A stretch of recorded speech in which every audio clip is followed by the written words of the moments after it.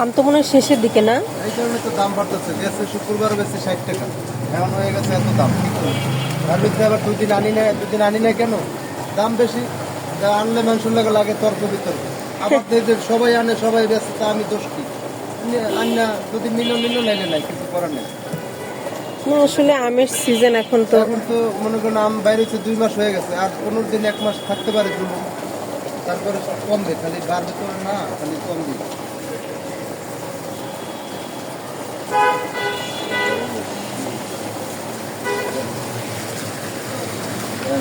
আর হাড়ি ভাঙা কত করে দিচ্ছেন?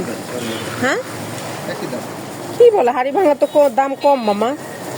হারিবাঙ্গার সাইজ দেখছেন? হারিবাঙ্গা দেখছেন? না দেখেছি কিন্তু। হারিবাঙ্গার ই দেখছেন, গঠন দেখছেন, ড্রেস দেখছেন?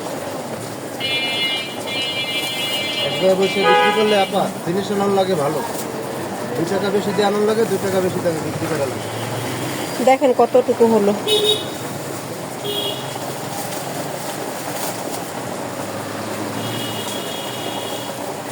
3 কেজি। 3 কেজির একটু বেশি আছে।